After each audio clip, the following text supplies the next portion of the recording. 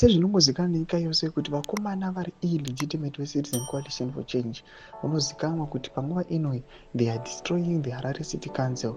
Muchiona vachifailure, muchiona the blame ichida kuiswa pana Advocate Nelson Chamisa. Muzora nhasi vakomana vari loyal kuna Advocate Nelson Chamisa, machange champions, vauya aiwa nemagoals vachiti aiwa tonyatsokuona kuti vakomana avo vari kunyatsofela, vari kunyatsokutambudzika kuisa change muguta guru reHarare. Saka mashoko anomuda kutaura panapa kuti subscribe or like or on the bell icon.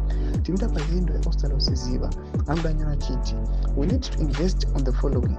Number 1, serious leadership and ideological orientation, pre-election code of conduct to all candidates, proper vetting that will look into character, answer competence of all prospective candidates, establish a robust bi-monthly monitoring and evaluation program, public party whistleblower, celebrate those who do well and redeploy those who fail.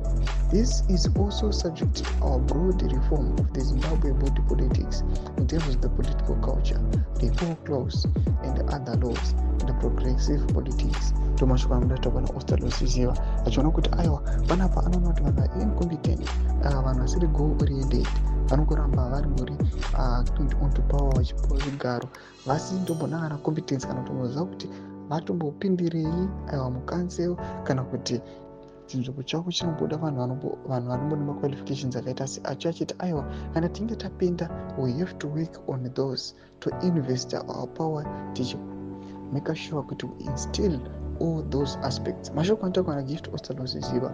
Tudze mafunguro enyu muri kudi pamusoro pechitiko ichi. Pinda kuma section yedu, subscribe or like, turn on the bell icon.